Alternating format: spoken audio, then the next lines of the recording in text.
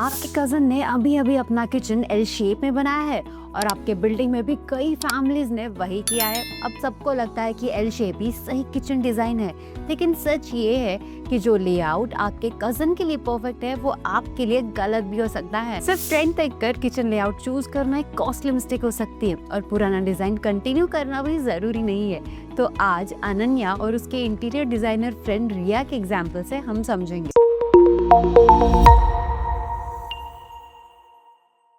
कि modular kitchen layouts कितने types के होते हैं, एल शेप सबसे पॉपुलर क्यों है और ये सबके लिए सही है या नहीं, अपने किचन के लिए सही शेप कैसे चूज करें, और वीडियो के एंड में आपको एक सिंपल लेआउट सिलेक्शन फॉर्मूला भी मिलेगा। अनन्या अपना नया 2 BHK सेट कर रही थी। उसने इंस्टाग्राम पर एक ब्यूटीफुल आइलैंड किचन देखा और तुरंत डिसाइड कर लिया मुझे भी यही चाहिए। अब उसकी फ्रेंड रिया जो एक इंटीरियर डिजाइनर है उससे एक सवाल पूछती है कि तुम्हारे किचन का एक्चुअल साइज कितना है और डेली यूसेज कितना होगा।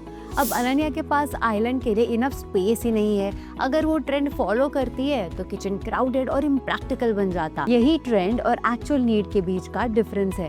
तो चलिए सबसे पहले टाइप्स ऑफ लेआउट्स देखते हैं। ब्रॉडली मॉड्यूलर किचन्स में कुछ कॉमन लेआउट्स होते हैं। स्ट्रेट या वन वॉल किचन जहाँ पे पूरा सेटअप एक ही वॉल पर होता है, ये छोटे अपार्टमेंट्स के लिए कॉम्पैक्ट ऑप्शन है। पैरेलल या फिर गैली किचन जहाँ पे 2 वॉल्स पर काउंटर्स फेस टू फेस होते हैं, ये नैरो लंबे किचन्स के लिए एफिशिएंट होता है। एल शेप्ड किचन जहाँ पे कैबिनेट्स 2 एडजेसेंट वॉल्स पर राइट एंगल में अरेंज्ड होते हैं। यू शेप्ड किचन जहाँ पे 3 वॉल्स कवर होती है और स्टोरेज प्लस काउंटर स्पेस दोनों ज्यादा मिलती है। आइलैंड किचन जहाँ पे एक सेपरेट काउंटर रूम के बीच में ऐड होता है प्रेप या कैजुअल सिटिंग के लिए। और जी शेप्ड किचन जो यू शेप का एक्सटेंडेड वर्जन है एक्स्ट्रा काउंटर के साथ। अब हर लेआउट का अपना अलग यूज और एडवांटेज है। अब इन सब में से एल शेप ही इतना पॉपुलर क्यों है, let's find out. L shape kitchen Indian homes में सबसे ज्यादा प्रेफर्ड है। अब इसका मेन रीजन है कि ये कॉर्नर स्पेस को एफिशिएंटली यूज करता है। छोटा किचन हो या फिर बड़ा, एल शेप दोनों में एडजस्ट हो जाता है। और अगर स्पेस अलाउ करे तो एल शेप के साथ एक छोटा ब्रेकफास्ट काउंटर या फिर आइलैंड भी ऐड हो सकता है। अब यही फ्लेक्सिबिलिटी है जो इसे सबसे वर्सेटाइल लेआउट बनाता है। लेकिन पॉपुलर होने का मतलब ये नहीं है कि हर किचन के लिए यही बेस्ट है। नाउ लेट्स सी कि हर लेआउट कहाँ पे काम आता है। अगर किचन छोटा है और बजट भी टाइट है तो स्ट्रेट या वन वॉल लेआउट प्रैक्टिकल रहेगा। और अगर आपका किचन लंबा और नैरो है देन पैरेलल लेआउट वर्कफ्लो को स्मूथ बनाता है। और अगर आपके पास मीडियम से लार्ज स्पेस है और आप ओपन किचन चाहते हो जो लिविंग एरिया से कनेक्टेड हो then L shape natural fit है।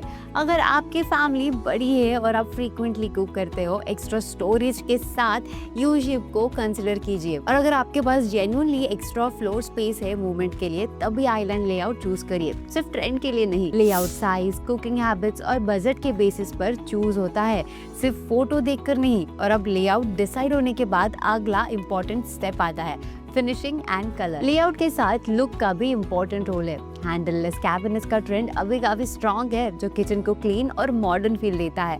ड्यूअल टोन या फिर 2 टोन कलर कॉम्बिनेशंस जैसे कि व्हाइट के साथ वुड या चारकोल के साथ सेज ग्रीन काफी पॉपुलर हो रहे हैं। मैट फिनिश और टेक्सचर्ड लैमिनेट्स भी ट्रेंडिंग है।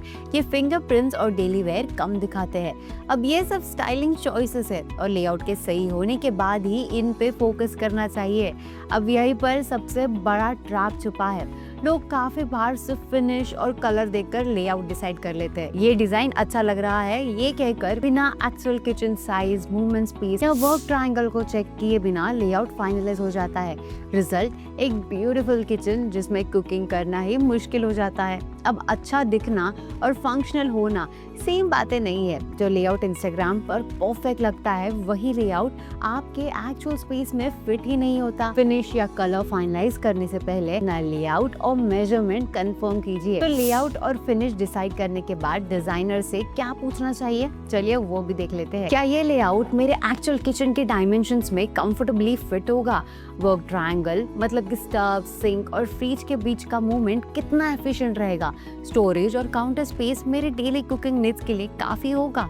क्या ये लेआउट फ्यूचर में मॉडिफाई या फिर एक्सटेंड किया जा सकता है? और सिर्फ एक ट्रेंडिंग डिजाइन देखकर डिसाइड मत कीजिए, अपने एक्चुअल जरूरत को मैच कीजिए। अब एक आखिरी और इम्पोर्टेंट स्टेप बाकी है, अपना गोल क्लियर रखना। किचन डिजाइन फाइनलाइज करने से पहले खुद से पूछिए कि मुझे स्टाइलिंग ज़्यादा चाहिए या फिर डेली फंक्शनैलिटी। अगर आप कभी कभी कुक करते हो और लुक प्रायोरिटी है, देन ट्रेंडिंग लेआउट भी काम आ सकता है। और अगर आप डेली कुक करते हो फैमिली के लिए, तब फंक्शनैलिटी को प्रायोरिटी दीजिए। पहले अपना गोल क्लियर कीजिए और उसके बाद ही सही लेआउट चूज कीजिए। कोई भी लेआउट फाइनलाइज करने से पहले ये 7 चेक्स कीजिए। चेक 1, किचन का एक्चुअल साइज और शेप क्या है। चेक 2, डेली कुकिंग फ्रीक्वेंसी और family size consideration. Check 3, work triangle, मतलब कि स्टव, सिंक और फ्रिज का मूवमेंट कितना एफिशिएंट है। चेक 4, स्टोरेज और काउंटर स्पेस जरूरत के हिसाब से काफी है। चेक 5, लेआउट बजट के अंदर कंफर्टेबली फिट हो रहा है। चेक 6, फिनिश और कलर, लेआउट फाइनलाइज होने के बाद चूज किया गया है या नहीं।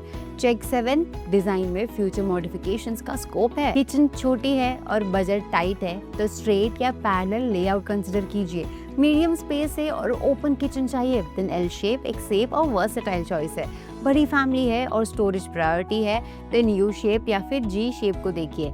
जेन्युइनली एक्स्ट्रा स्पेस है और होस्टिंग फ्रीक्वेंट है, तभी आइलैंड लेआउट को चूज कीजिए। और फाइनल डिसीजन हमेशा एक्चुअल किचन के मेजरमेंट और कुकिंग हैबिट्स के बेसिस पर लीजिए, ट्रेंड के बेसिस पर नहीं। अब आप बताइए आपकी किचन कौन सी शेप की है, कमेंट करके हमें जरूर बताइए और ये वीडियो सेव कीजिए।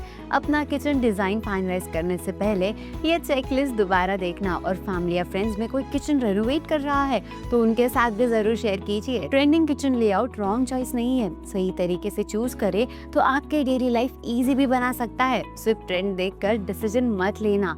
nobrokerage.com का एक सिंपल रिमाइंडर, प्रॉपर्टी के साथ उसके स्पेस का लेआउट भी समझना उतना ही इम्पोर्टेंट है।